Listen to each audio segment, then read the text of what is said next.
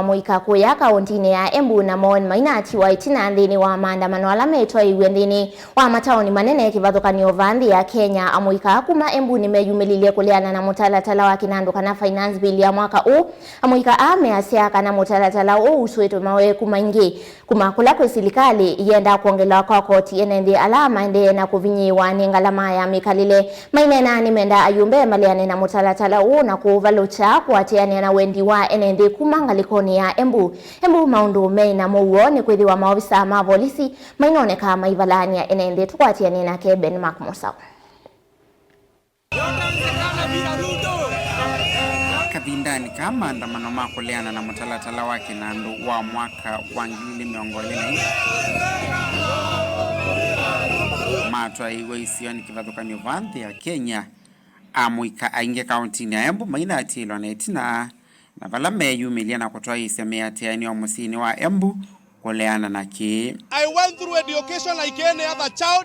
I go to the university here and my certificate 7 years tamaking kila pahali, nikakuja bila kazi, nikienda kwa maofisi sipati mtu wa kunishika mkono. I have no godfather. Those who have godfather wako kazi, lakini mimi kwa sababu ni mtoto wa mama boga, mimi kwa sababu ni mtoto wa hasala, sipati nafasi. Sasa nikaamua nitakuwa kwa bodaboda. Nikaenda kwa bodaboda, wameongeza mafuta. Nikaenda kwa bodaboda, wamefanya hivyo vyote wanafanya. Sasa wameninyima kazi, wamekuja kwa bodaboda, wanataka tuende wapi? Amuika ya methingilela mutalatala uyu tawina mawendekethio makoti makuumisya mwene nthi maithingilela vatawa kuleana na uo.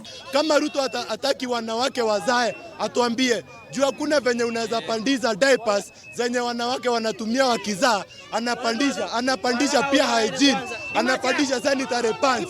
Tunaomba Ruto kama hataki kutusikia, lazima ashuke kutoka kwa Mkuyu, akuje huku chini, tuonania huku chini. That will be a one-term president. Ruto must. Already we are struggling to have those pants. Watu wetu huko nyumbani wasichana hawawezi nunua pants na hatuwezi kubali waongeze tax ya pant. Reject the bill. Kama wanafunzi tunateseka, pesa ya HELB haijaingia, capitation bado haijaingia na bado tunasoma. Swali ni je, mnataka tusome aje?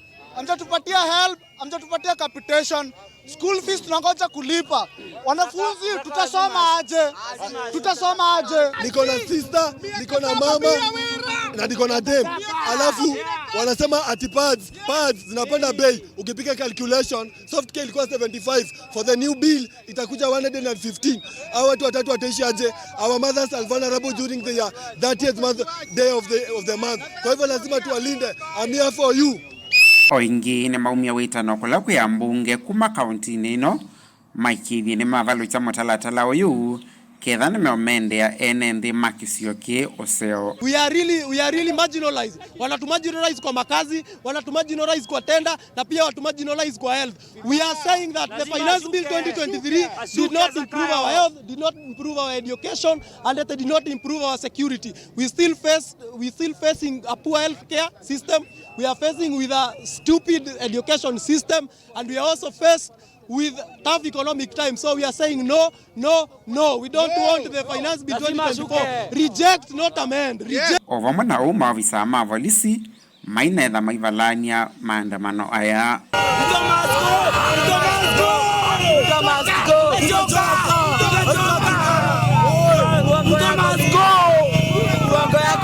Vilingi wa Mauvomo Tongo TV, Nyenita wa Ben Musau.